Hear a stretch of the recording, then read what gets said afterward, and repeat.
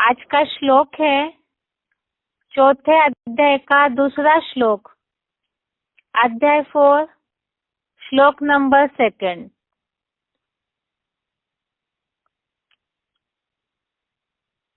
श्लोक है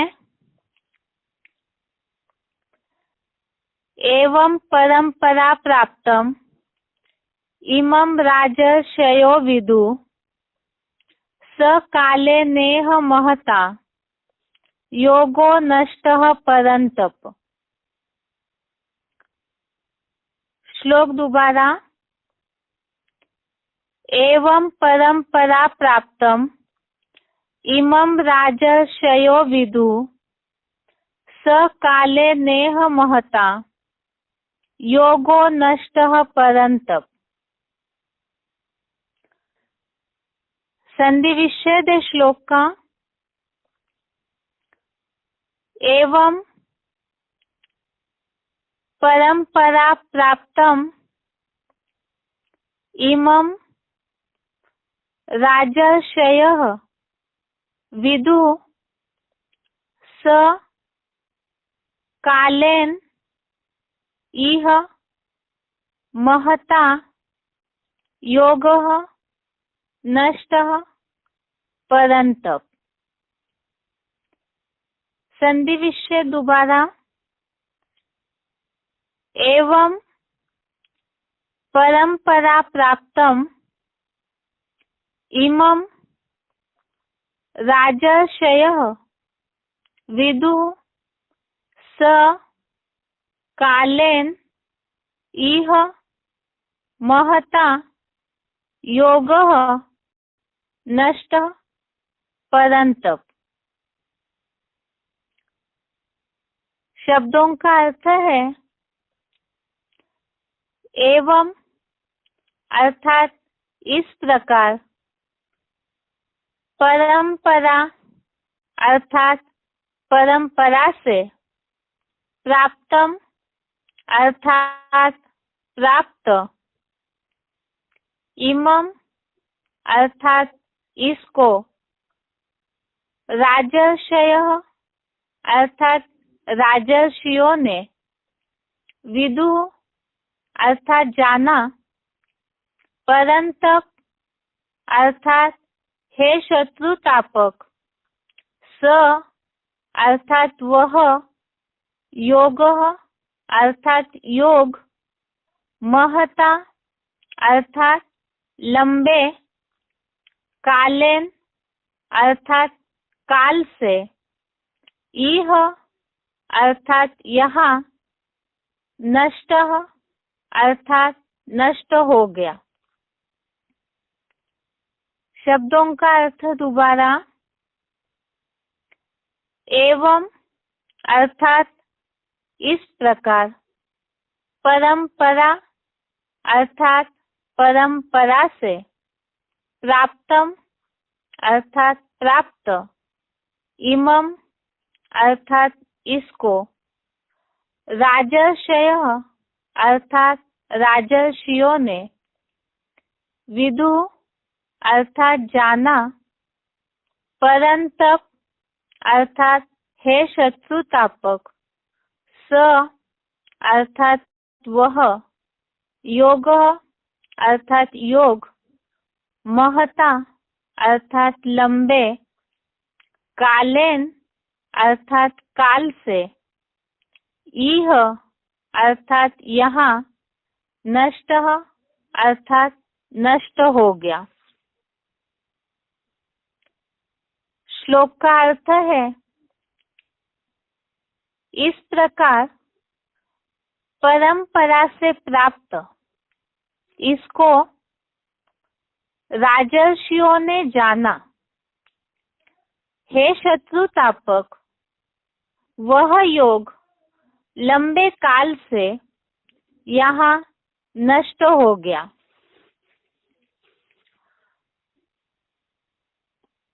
कल के श्लोक में जैसे बात आई कि भगवान ने आकर के इस सृष्टि पर अविनाशी योग जो राजयोग का ज्ञान है वो पहले धरती का, सूर्य अर्थात विवस्वत हीरो पाठधारी को दिया। उनसे मनुआ अर्थात टेम्पररी जो ब्रह्मा है उन्हें मिला और उनसे इक्ष्वाकु को।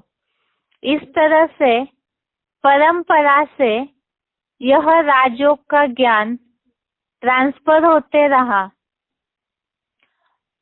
आज के श्लोक में यही बात बताई कि वो जो परंपरा से राजयोग प्राचीन योग दिया जा रहा था, वो राजयोग द्वापर युग में राजाएं बने तो उसका प्रभाव था, राजर्षियों ने जाना और वही योग कलयुग आते आते वह योग लंबे काल से यहाँ अर्थात कलयुग आते आते नष्ट हो गया।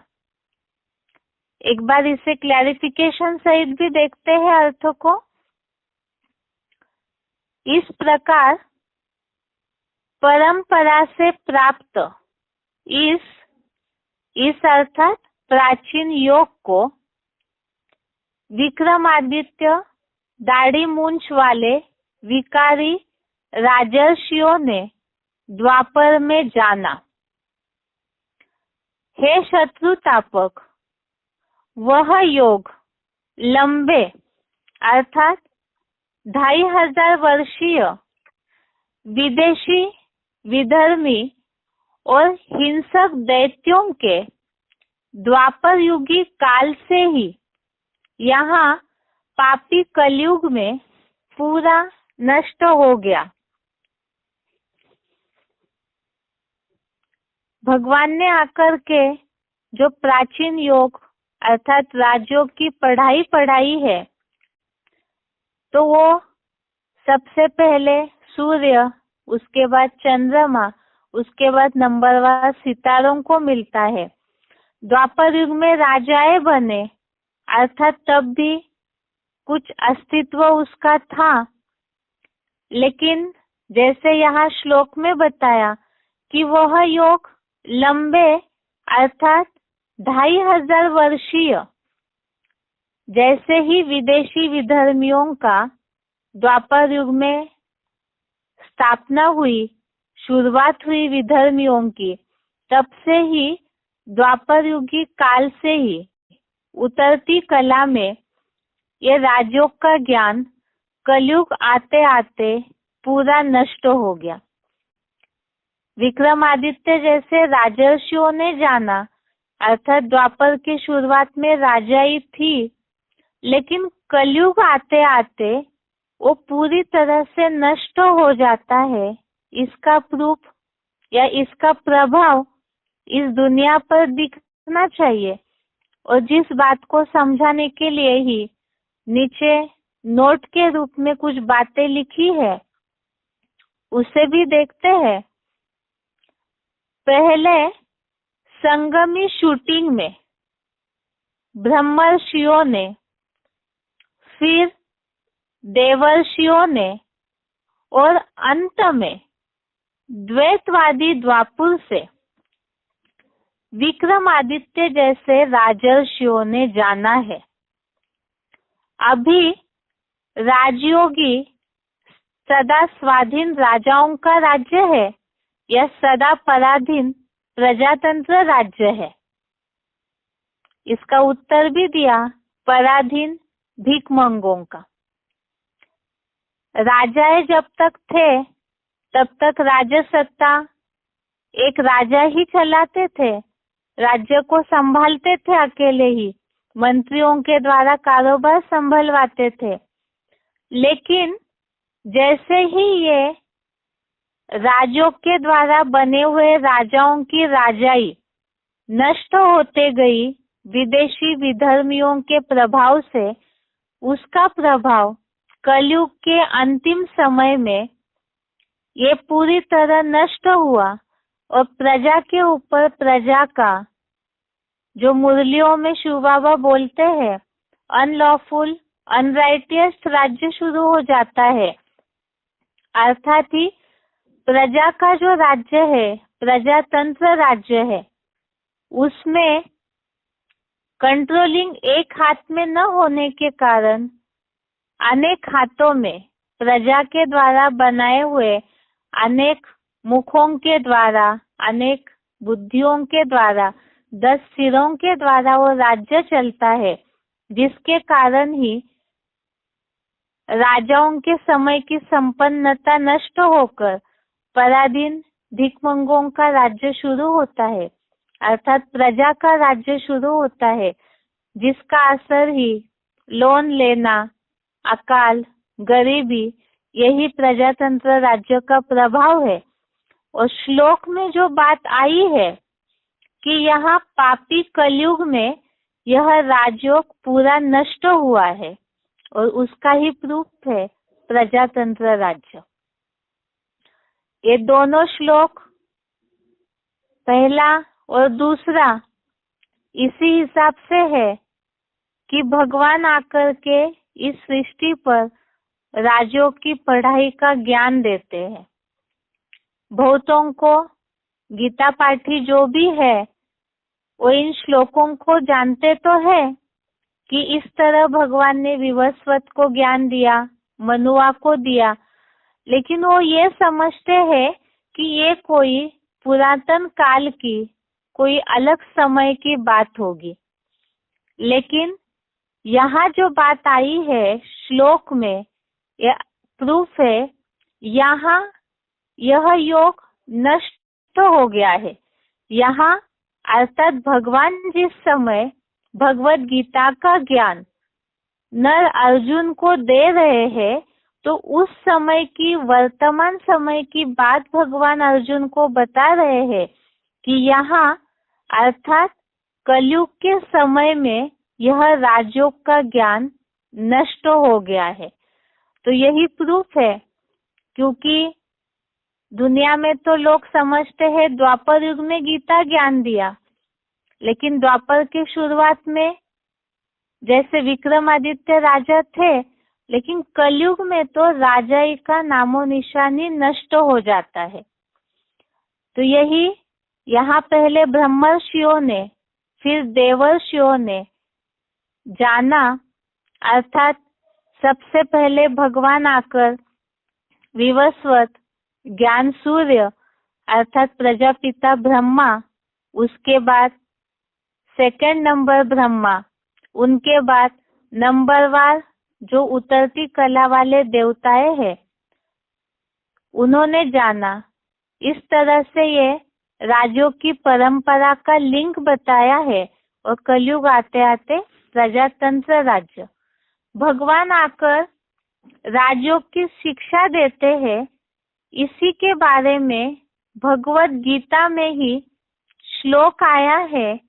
रेफरेंस श्लोक नीचे दिया हुआ है, 9वें अध्याय का दूसरा श्लोक, अध्याय 9, श्लोक नंबर 2। इसमें भगवान आकर जो प्राचीन राजयोग का ज्ञान देते हैं, उसके बारे में ही बताया है। श्लोक है ये, राज विद्या राजगुह्यम पवित्रम इदम उत्तमम प्रत्यक्षावगमम धर्म्यम सुसुखम कर्तुम अव्ययम। अर्थात यह राजाओं की राजविद्या है, उत्तम राजाई का रहस्य है, पवित्र सर्वोत्तम है, और ईश्वर से प्रत्यक्ष जाना जाता है, पालन करने के लिए सुखदाई, अविनाशी और देवात्माओं के सत्य सनातन धर्मानुकूल भी है। इसमें भगवान आकर के प्रत्यक्ष में जो बताया, डायरेक्ट साक्षात ईश्वर से प्रत्यक्ष जाना जाता है, तो भगवान ही स्वयं आकर के इस राजयोग की पढ़ाई का ज्ञान देते हैं। इसका ही प्रूफ भी भगवत गीता में ही ये रेफरेंस श्लोक में दिया हुआ है। इस तरह से ये श्लोक प्रजातंत्र राज्य की प्रूफ के लिए है कि भगवान के राजयोग की पढ़ाई प्राचीन योग नष्ट हो जाता है। ये आज के श्लोक का अर्थ है। उच्च के बाद पॉइंट्स।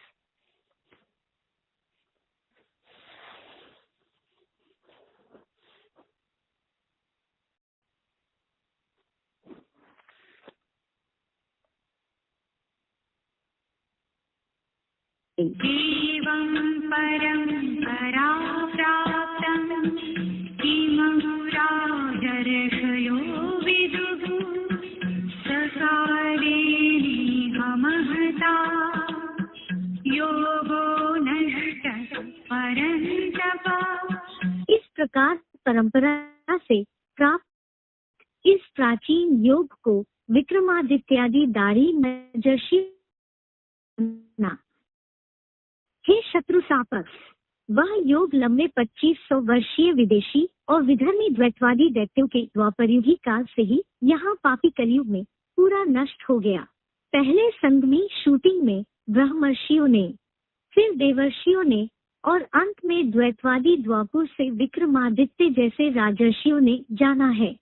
अभी राजयोगी सदा स्वाधीन राजाओं का राज्य है या सदा पराधीन प्रजातंत्र राज्य है। पराधीन भिखमंगों एवं परंपरा प्राप्तं किमनुराजर्षयो विदुः सकारेणेह महता योगो नष्टः परन्तप। इस प्रकार परंपरा से प्राप्त इस प्राचीन योग को विक्रमादित्यादि दाढ़ी मूछ वाले विकारी राजर्षियों ने द्वापर में जाना। हे शत्रु तापक, वह योग लंबे 2500 वर्षीय विदेशी और विधर्मी द्वैतवादी दैत्यों के द्वापरयुगी काल से ही यहाँ पापी कलयुग में पूरा नष्ट हो गया। पहले संगमी शूटिंग में ब्रह्मर्षियों ने, फिर देवर्षियों ने और अंत में द्वैतवादी द्वापुर से विक्रमादित्य जैसे राजर्षियों ने जाना है। अभी राजयोगी सदा स्वाधीन राजाओं का राज्य है या सदा पराधीन प्रजातंत्र राज्य है। पराधीन भिखमंगों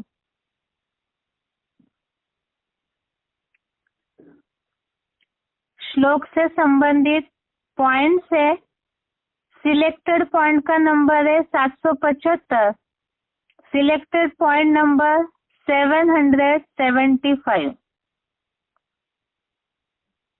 तुम जानते हो भगवान द्वारा राजयोग सीख देवी देवता स्वर्ग के मालिक बनते हैं। बाप कहते हैं कल्प कल्प तुमको राजयोग सिखलाता हूँ। पढ़ाई से राजा ही मिलती है, तुम ही राजाओं का राजा बनेंगे। जैसे इंजीनियरिंग पढ़ाई पढ़ते हैं तो इंजीनियर बनते हैं, वकालत की पढ़ाई पढ़ते हैं तो वकील बनते हैं, डॉक्टर की पढ़ाई पढ़ते हैं तो डॉक्टर बनते हैं। ये राजयोग की पढ़ाई सिवाय बाप के और कोई पढ़ाई नहीं। ये पढ़ाई पढ़ने वाले क्या बनते हैं? राजा बनते। क्यों? इसका पढ़ाई का नाम ही है राजयोग की पढ़ाई। ये इंजीनियरिंग की डॉक्टरी की पढ़ाई नहीं है, इसका नाम ही क्या है? राजयोग की पढ़ाई। तुम राजाओं का राजा बनेंगे, तुम्हारी अहम ऑब्जेक्ट ही है क्या? राजा बनने की अहम ऑब्जेक्ट। जो दुनिया में कोई पढ़ाई नहीं पढ़ाता है, वो पढ़ाई बाप आकर के पढ़ाते हैं और एक ही जन्म में आकर के पढ़ाते हैं। बार बार हर जन्म में ये पढ़ाई नहीं पढ़ाई जाती कि 84 जन्म में ये पढ़ाई पढ़ाई जाती होगी। ये बाप एक ही जन्म में आकर के आत्मा में ऐसी शक्ति भर देते हैं कि वो आत्मा जन्म जन्मांतर का अगर राजा बन गई होगी तो ऐसा पुरुषार्थ करके दिखा देगी।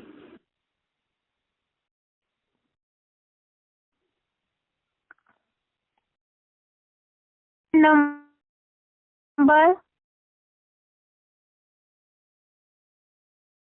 9।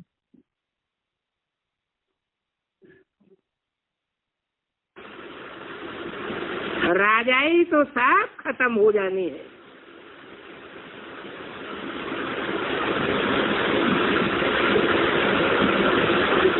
वो लौकिक दुनिया की राजाई हो या कोई अलौकिक दुनिया, ब्राह्मणों की दुनिया में राजाई पर बैठे हो, कोई की राजाई नहीं रहेगी, सबको उतार देंगे। फिर प्रजा के ऊपर प्रजा का पूरा राज्य हो जाएगा।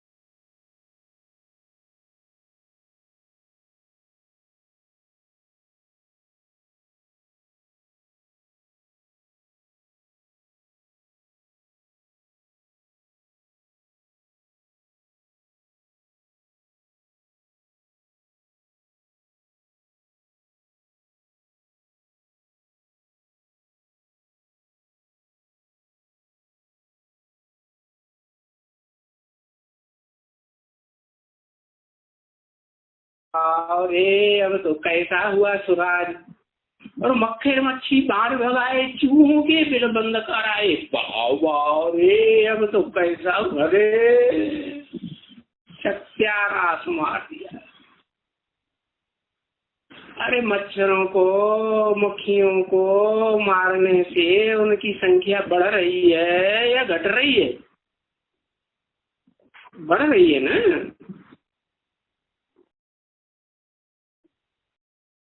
किसको वो रामराज कहा जाता है।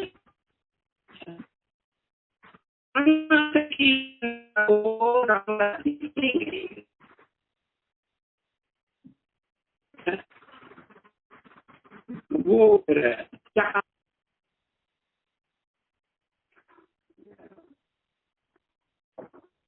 आगे का पॉइंट है visit number 42, visit number 42 15 minute के बाद से लिया हुआ पॉइंट।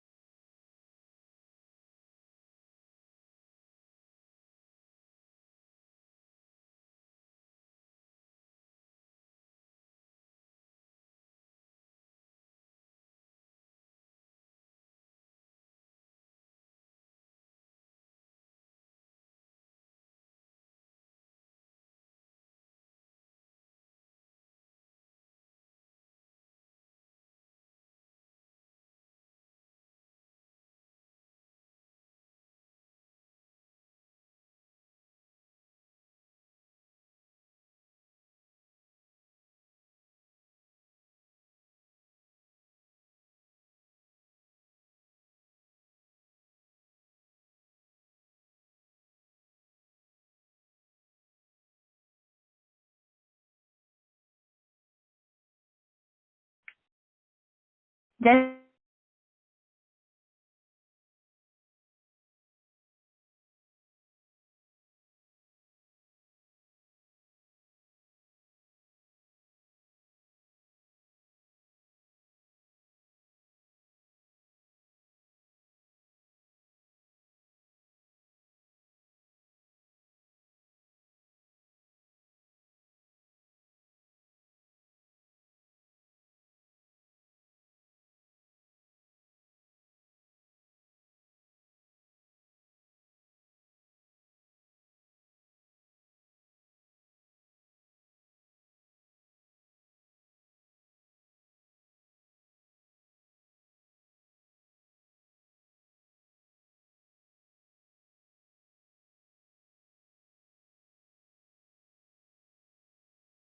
कलयुगी दुनिया में कोई राजा है नहीं, राज्य होता है की पढ़ाई अर्थात नहीं सिखा सकती। दोबारा मुरली तारीख 89।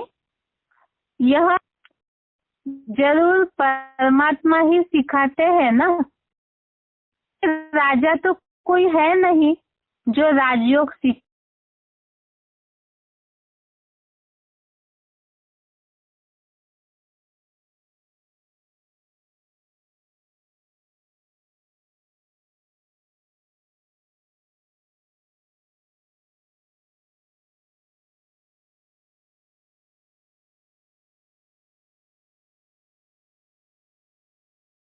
नर से नारायण और नारी से लक्ष्मी बनने का। पहले पॉइंट में बात आई परमात्मा ही राजयोग सिखाते हैं और इस पॉइंट में उसका रिजल्ट नारायण और लक्ष्मी बनते हैं और जो लक्ष्मी नारायण ही सारे विश्व पर राजाई करते हैं। जो अव्वल नंबर पढ़ाई पढ़े राजयोग की तो वो सबसे बड़े विश्व महाराजन विश्व महारानी बनते हैं। अगला पॉइंट मुरली तारीख 6 अक्टूबर 1991, मुरली डेट 6 अक्टूबर 1991। जरूर जो राजयोग सीखे वही राज्य करेंगे ना। जरूर जो राजयोग सीखे वही राज्य करेंगे ना। अर्थात राजयोग की पढ़ाई से ही राजाई करने का ज्ञान आता है। अगला पॉइंट मुरली तारीख 14 नवंबर 1993, मुरली डेट 14 नवंबर 1993। पॉइंट है कहते भी है इस प्रजापिता ब्रह्मा द्वारा राजयोग सिखलाता हूँ जिससे वह राजाओं का राजा बन जाते हैं। पॉइंट दोबारा कहते भी है इस प्रजापिता ब्रह्मा द्वारा राजयोग सिखलाता हूँ जिससे वह राजाओं का राजा बन जाते हैं। श्लोक में जो बात आई कि इस राजयोग को पहले ब्रह्मर्षियों ने जाना, फिर देवर्षियों ने और द्वापर से राजर्षियों ने, तो यहाँ कल के श्लोक में भी बात थी। पहले विवस्वत को ज्ञान मिला, उसके बाद मनु को। पॉइंट में भी यही बात है कि सबसे पहले प्रजापिता ब्रह्मा को राजयोग सिखाते हैं, अर्थात उनको ही पहले आकर ज्ञान देते हैं। ये पॉइंट इस हिसाब से है क्योंकि श्लोक में जो बात आई है, भगवत गीता में भगवान जो बातें बताते हैं, उन्हीं बातों को सहज सरल भाषा में भगवान आकर के ओरली समझा रहे हैं। अगला पॉइंट है अब राजाई खत्म हुई, प्रजा का राज्य शुरू होता है। उसकी निशानियां मुरलियों में बताई है। मुरली तारीख 11 जनवरी 1973, मुरली डेट 11 जनवरी 1973। पॉइंट है, कांग्रेसियों ने फिरंगियों को निकाला तो राजाओं से भी राजाई छीन ली, राजा नाम ही गुम कर दिया। पॉइंट दोबारा, मुरली तारीख 11 जनवरी 1973, कांग्रेसियों ने फिरंगियों को निकाला तो राजाओं से भी राजाई छीन ली, राजा नाम ही गुम कर दिया। श्लोक में बात आई है, कलयुग में यह राजयोग पूरा नष्ट हो गया, अर्थात कहीं भी राजाए दिखते ही नहीं है। और कलयुग का अंत, उसकी निशानी यहाँ बताई कि फिरंगी अर्थात अंग्रेज चले गए, कांग्रेसियों ने उन्हें निकाल तो दिया भारत से, और साथ में राजाई का नामो निशान भी खत्म हुआ, राजाओं से राजाई छीन ली, राजा नाम ही गुम कर दिया। और तब से ही कांग्रेस गवर्नमेंट से ही भारत स्वतंत्र होने के साथ साथ ही राजाओं का नामो निशान गुम हुआ, प्रजातंत्र राज्य शुरू हुआ। आगे, मुरली तारीख 14 दिसंबर 1967, मुरली डेट 14 दिसंबर 1967। राजाई तो सब खत्म हो जानी है, सबको उतार देंगे, फिर प्रजा के ऊपर प्रजा का राज्य होगा, कौरव राज्य सारी दुनिया में हो जाएगा। पॉइंट दोबारा, मुरली तारीख 14 दिसंबर 1967, राजाई तो सब खत्म हो जानी है, सबको उतार देंगे, फिर प्रजा के ऊपर प्रजा का राज्य होगा, कौरव राज्य सारी दुनिया में हो जाएगा।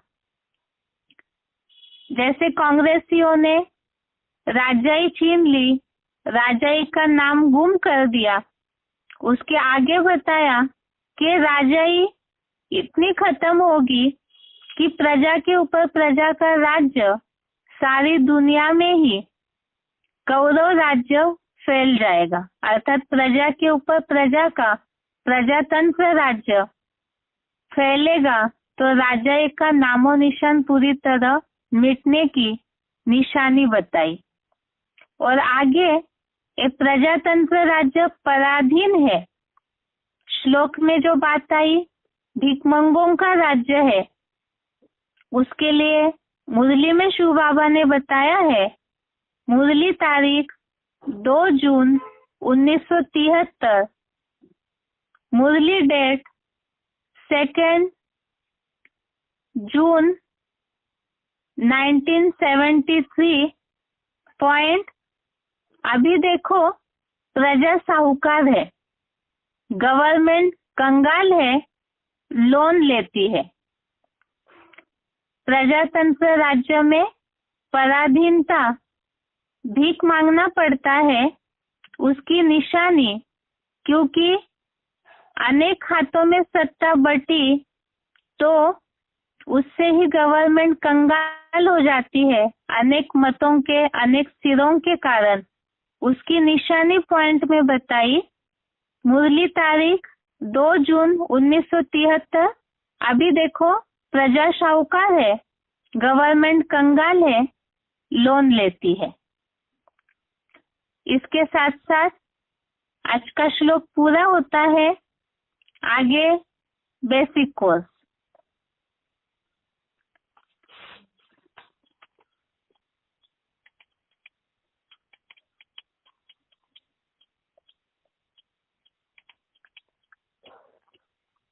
बेसिक कोर्स में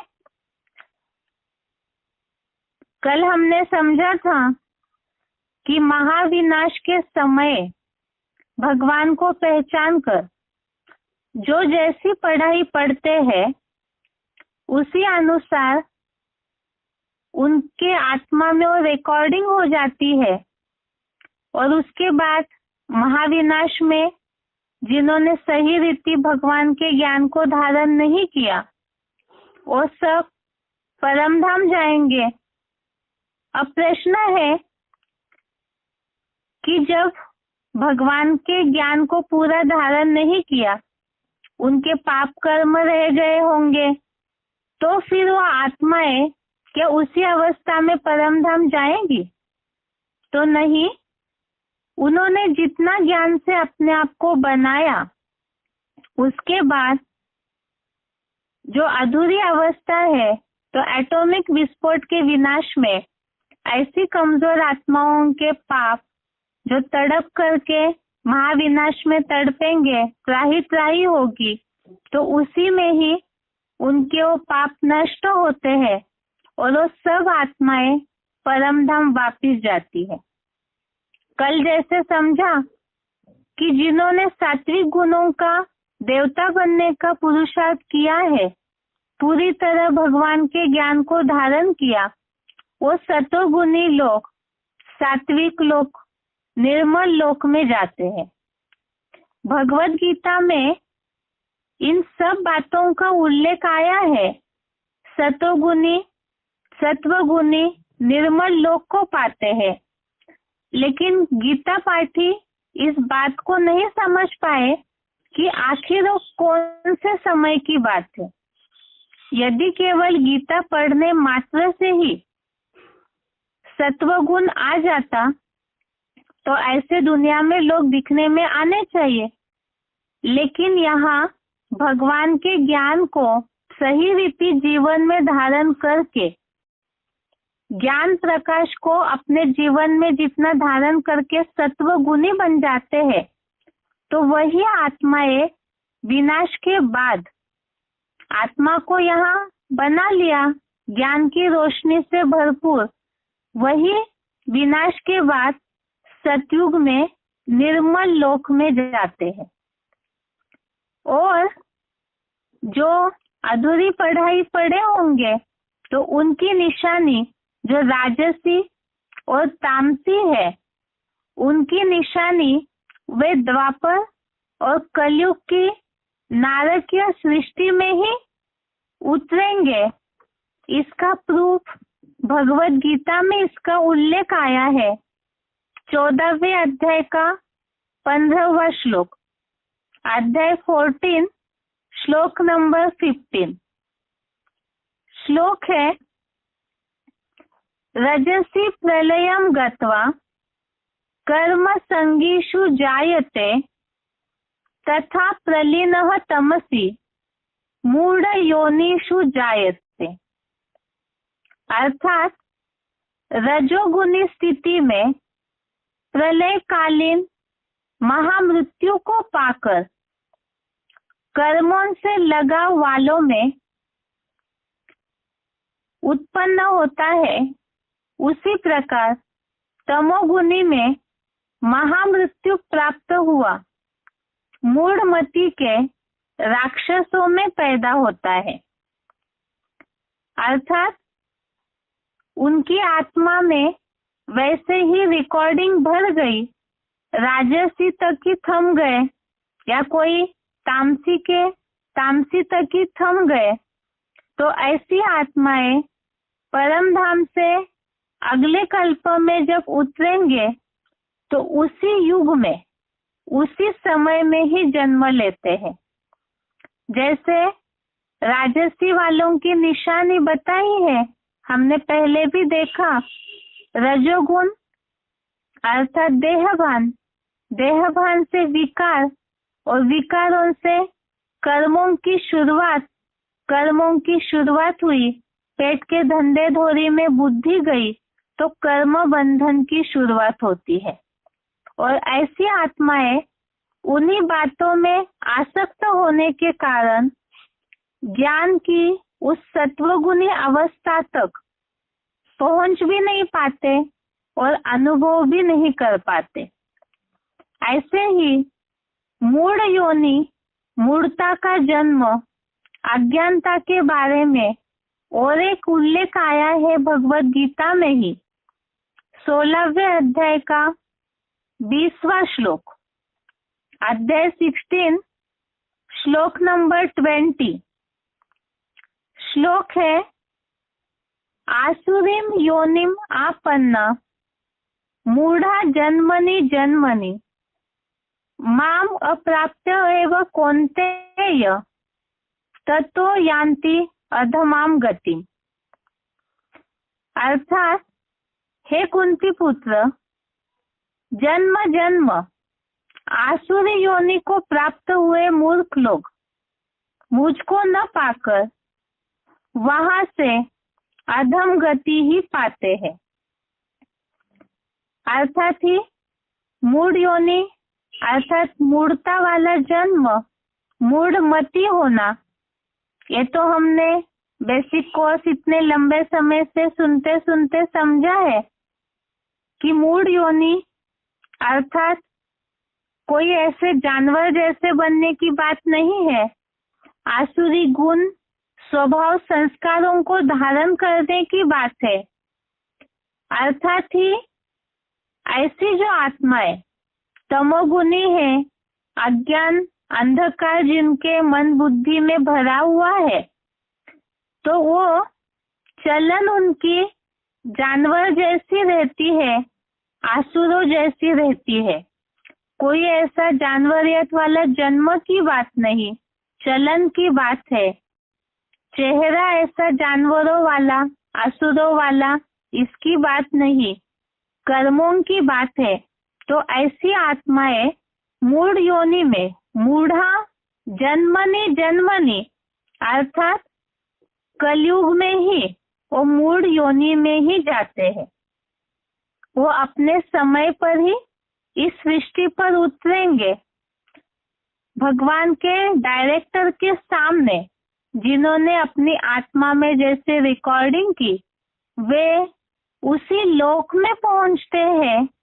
इसका उल्लेख ही भगवत गीता के और एक श्लोक में आया है, जिन्होंने ऊंचे कर्म किए वो ऊपर जाते हैं, जिन्होंने राजसी कर्म किए वो मध्य में जाते हैं और तामसी कर्म वाले नीचे लोक में जाते हैं।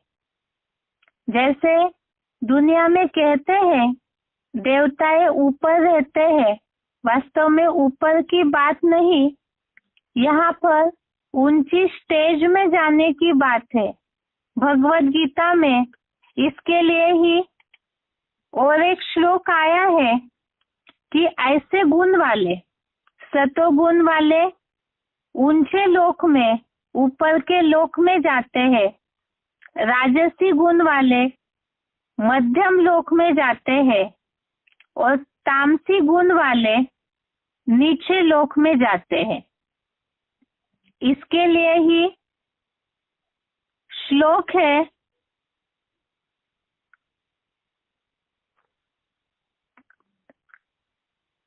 चौदहवें अध्याय का 18वां श्लोक। महाविनाश के समय सत्वगुण को प्राप्त करने वाले सतयुग में, रजोगुणी आत्माएं द्वापर में और तामसी आत्माएं कलयुग में जाते हैं। इसका उल्लेख ही 14वें अध्याय का 18वां श्लोक, अध्याय 14 श्लोक नंबर 18 श्लोक है, ऊर्ध्वं गच्छन्ति सत्वस्ता मध्ये तिष्ठन्ति राजसः जघन्य गुणवृत्तिस्ता अधो गच्छन्ति तामसः। अर्थात सत्वगुण में स्थित लोग ऊपर जाते हैं, रजोगुणी मध्य में स्थित होते हैं, जघन्य गुण वृत्तियों में स्थित तामसी लोग अधोगति को जाते हैं। भगवत गीता में जो उल्लेख आया है, यहाँ ऊपर जाना अर्थात कोई पृथ्वी से ऊपर जाने की बात नहीं, ऊंची अवस्था को जाना, ऊपर की ओर जाना, अर्थात ही सत्वगुण वाले सतयुग त्रेतायुग रूपी ऊंची दुनिया स्वर्ग में जाते हैं, जो श्रेष्ठ ऊंची दुनिया है।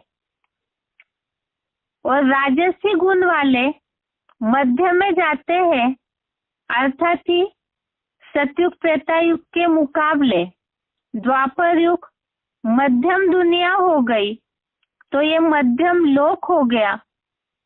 और तामसी गुण वाले अधम गति में जाते हैं, अर्थात नीचे लोक हुआ, जिसे ही दुनिया में शास्त्रों में पाताल लोक बोला है। वास्तव में और धरती के नीचे जाने की बात नहीं, अति का देहभान, इस देह रूपी मिट्टी में ही बुद्धि जाने से जो कलयुगी रोरक नरक वाली दुनिया में ही जिनकी बुद्धि रहती है, तो स्वर्ग अर्थात सतयुग त्रेता और द्वापर के भी मुकाबले कलयुगी दुनिया वाले सबसे नीचे अर्थात अधम होते हैं, निकृष्ट कर्म करने वाले। इस कारण उनकी दुनिया निकृष्ट है, जानवरियत वाले कर्म होते हैं, तो ऐसे गति में पहुंचते हैं। ये बात यहाँ समझने का खास उद्देश्य है कि भगवान के सामने जिन्होंने जैसे अपनी आत्मा में गुण भर लिए, जैसी रिकॉर्डिंग की, तो वैसे ही प्राप्ति करेंगे। तो ये पुरुषोत्तम संगम युग हीरे जैसा युग है, और इसका यही महत्व है कि यहाँ पर जो जन्म जन्मांतर का कल्प का अपना भाग्य भरने का समय है, तो वो कैसे भर सकते हैं। आत्मा के लेसन में भी हमने इस बात को समझा कि संस्कार कर्मों को मन बुद्धि के ज्ञान को सही रीति समझकर, जितना कर्मों का ज्ञान बुद्धि में धारण कर आत्मा की बैटरी को चार्ज करेंगे, भगवान से कनेक्शन जोड़कर, उतना ऊंची अवस्था को प्राप्त कर सकते हैं। और यहाँ जो उत्तम, मध्यम और अधम गति नीचे लोक की बातों का वर्णन है, इससे समझ सकते हैं कि जो नए जिज्ञासु है, फट से उनको बुद्धि में नहीं आएगा। तो इसीलिए समय का महत्व तो बुद्धि में जरूर डालना चाहिए सभी के, कि यहाँ ही हम अच्छे कर्म करके भगवान के ज्ञान के द्वारा ऊंचे लोक में पहुंच सकते हैं। और यदि नहीं भरे अपने आत्मा में ऐसे गुण, तो फिर ये जो मध्यम या अधम गति जैसी प्राप्ति होगी। इसीलिए मुट्ठी में है तकदीर तुम्हारी, तो हमें अपना भाग्य कैसे बनाना है, ये खुद ही सोचना है। आगे 3 लोक के चित्र में हमने अभी तक परम धाम के बारे में समझा, जो मूल वतन है, परमात्मा का घर है। उसके बाद हमने साकार सृष्टि स्थूल वतन के बारे में भी समझा, जिसमें 84 जन्मों की बात देखी, सृष्टि की आयु देखी, और उसके साथ साथ ही ये सब बातों को समझने के पीछे का रहस्य समझा, क्योंकि इसी साकार सृष्टि पर जन्म मरण के चक्र में आत्माएं आती है। इसीलिए ही हमारे जन्म अनेक जन्म सुखकर हो।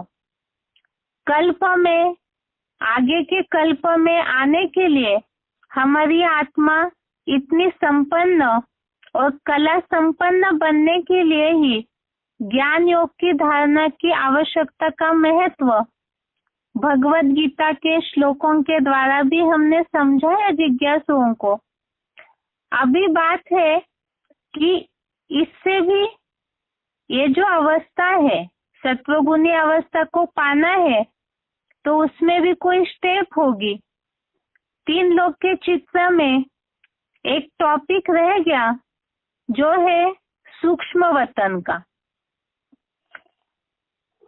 सूक्ष्म वतन जो साकार दुनिया से, पृथ्वी लोक, सूरज चांद सितारों से ऊपर और परम धाम से नीचे अर्थात बीच वाले हिस्से में दिखाया हुआ है।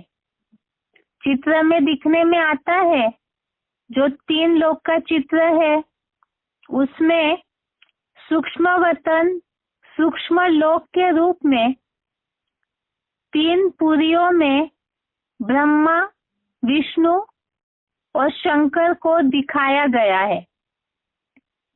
अब प्रश्न है कि वो देवताएं हैं या देहधारी है।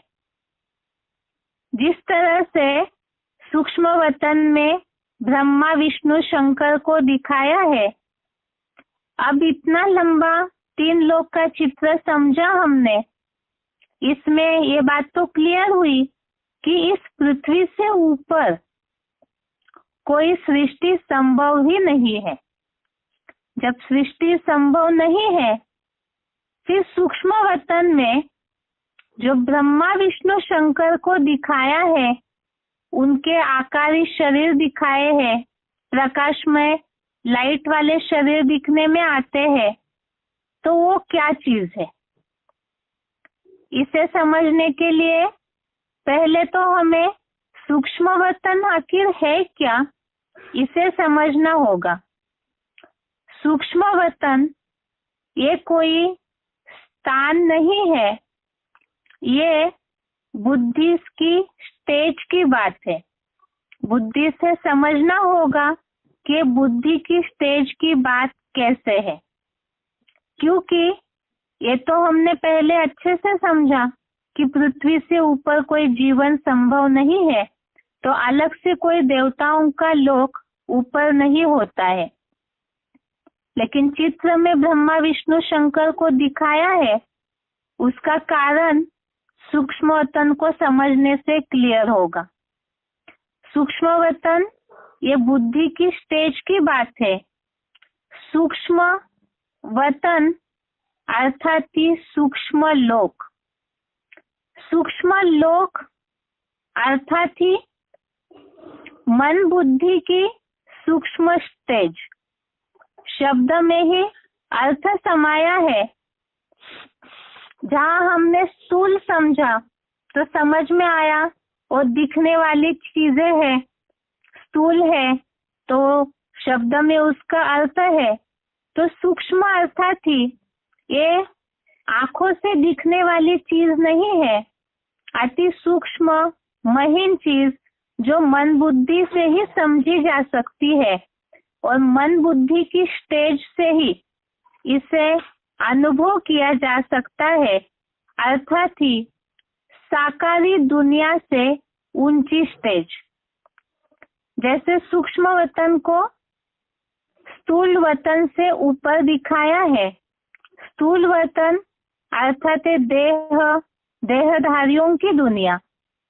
ऐसे ही सूक्ष्म वतन अर्थात मन बुद्धि की सूक्ष्म स्टेज, जिसे ही सूक्ष्म शरीर कहा है, जो ब्रह्मा, विष्णु, शंकर का सूक्ष्म शरीर, आकारी शरीर, जो मानव मात्र से, मनुष्यों के शरीर से अलग दिखाया है।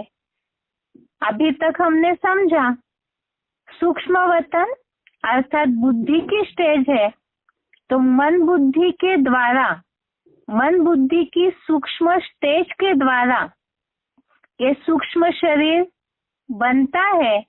अर्थात ही जैसे हर एक व्यक्ति को 3 शरीर होते हैं। एक है स्थूल शरीर जो 5 तत्वों का पुतला है, वो तो दिखने में आता है। 5 तत्व दिखने वाली चीज है, तो सभी का उस शरीर दिखने में आता है। दूसरा है आकारी शरीर, सूक्ष्म शरीर, अर्थात मन बुद्धि जितनी एकाग्र होकर सूक्ष्म बनती है तो सूक्ष्म शरीर होगा। इसे तो आगे समझते हैं। तो ये मन बुद्धि सूक्ष्म कैसे होगी? और तीसरा है कारण शरीर अर्थात आत्मा बिंदु, जो शरीर में प्रवेश करके शरीर को चलाने का कारण बनता है, वो आत्मा। अभी ये मन बुद्धि की सूक्ष्म स्टेज ये कैसे बनेगी?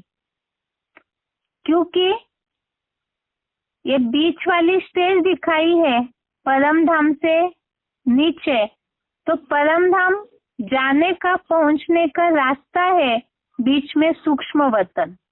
इसीलिए ये सूक्ष्म वतन की स्टेज कैसे बनानी है, ये सूक्ष्म स्टेज वास्तव में तो समझा ये कोई स्थान विशेष की बात नहीं है। इस साकार दुनिया में रहते हुए ही मन बुद्धि से ऐसी स्टेज को बनाना है और बनाने का तरीका बताया है भगवान ने। देह के संकल्प से परे जाना अर्थात ही सूक्ष्म वतनवासी बनना। कोई सोचे साइंस वाले कि जैसे सूरज चांद सितारों को खोज कर लिया, या तो सैटेलाइट से बहुत सारे ऐसे यंत्र निकले हैं जिससे आसमान में पहुंच जाता है विज्ञान।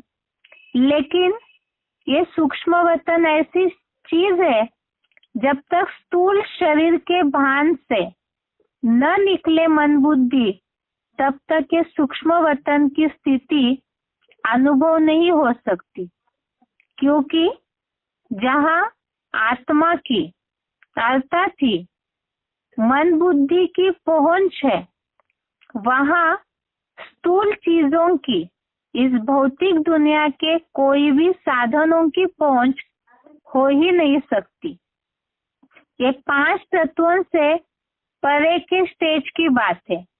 इसलिए सूरज चांद सितारों से भी ऊपर सूक्ष्म वतन को दिखाया है। अर्थात हमारा ये जो शरीर है 5 तत्वों का, ये भी जैसे पृथ्वी 5 तत्वों से बनी है, हमारे शरीर भी 5 तत्वों का बना है। और जब इससे मन बुद्धि निकल जाए पूरी, तभी वो सूक्ष्म वतन की सूक्ष्म स्टेज अनुभव हो सकती है। अब वो कैसे होगी, उसका तरीका बताया। पहले तो समझा हमने मन बुद्धि की सूक्ष्म स्टेज, और उसे बनाने का तरीका आत्मिक स्थिति।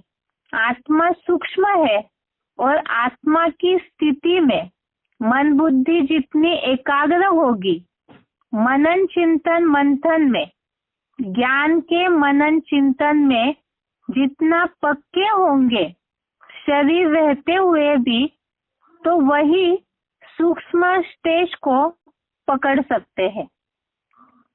अर्थात ही जैसे स्थूल वतन से ऊपर सूक्ष्म वतन, ऐसे स्थूल शरीर से मन बुद्धि हटा के पूरा डिटैच होके जो मनन चिंतन में पक्के होंगे, आत्मिक स्थिति की सूक्ष्म स्टेज में पक्के होंगे, वो सूक्ष्म वतनवासी बन सकते हैं, ऐसा अनुभव कर सकते हैं। और वो करने का तरीका एक साथ तो होगा नहीं, धीरे धीरे होगा। जैसे हमारे दिमाग में, मन बुद्धि में संकल्प चलते रहते हैं, जितना ये मनन चिंतन मंथन की स्टेज में जाएंगे, ऐसे नहीं कि देह की दुनिया के मनन में चलते रहे तो सोचे अभी तक हमारी अवस्था सूक्ष्म क्यों नहीं बन रही है। ज्ञान का ही मनन हो, क्योंकि ज्ञान ही पवित्र चीज है, और जितना उसका मनन होगा तो उतना सूक्ष्मता में चले जाएंगे, सूक्ष्म संकल्पों में चले जाएंगे। और वैसे सूक्ष्म संकल्पों की दुनिया जब बन जाती है, ज्ञान के मनन में इतने रममान हो जाएगी आत्मा, तो अपने आप ही ये बाहर की दुनिया भूल जाएंगे। जब ऊपर जाते हैं तो नीचे की चीजें बिल्कुल छोटी हल्की दिखती है। एरोप्लेन में कोई चढ़ के देखते हैं तो नीचे की चीजें बिल्कुल छोटी दिखती है। इसी तरह से मनन चिंतन मंथन की सूक्ष्म दुनिया में जाएंगे बिल्कुल इस धरती के आकर्षण से परे, तो ये दुनिया स्वतः ही भूलने लगती है। वही सूक्ष्म वतन की स्टेज है। जैसे चित्र में ब्रह्मा विष्णु शंकर को दिखाया तो शुरू में ही प्रश्न पूछा कि ये देवताएं हैं या कोई देहधारी है। उन्हें तो वहां सूक्ष्म वतन में आकारी सूक्ष्म शरीर के रूप में दिखाया है, अर्थात ही वो सूक्ष्म शरीरधारी अर्थात फरिश्ता। तो फरिश्ता अर्थात क्या? जब ऊपर कोई है नहीं तो ये फरिश्तों का महत्व कहाँ से चला आया? वास्तव में फरिश्ते अर्थात इस फर्श की दुनिया से जिनका कोई रिश्ता ही न हो। फर्श अर्थात स्थूल दुनिया। इस दुनिया से बुद्धि हटी, देह की दुनिया से, देह के संबंध, देह के पदार्थों से बुद्धि ऊपर निकल गई तो वो फरिश्ताएं अर्थात सूक्ष्म शरीरी देवताएं हो गए। इस शरीर में रहते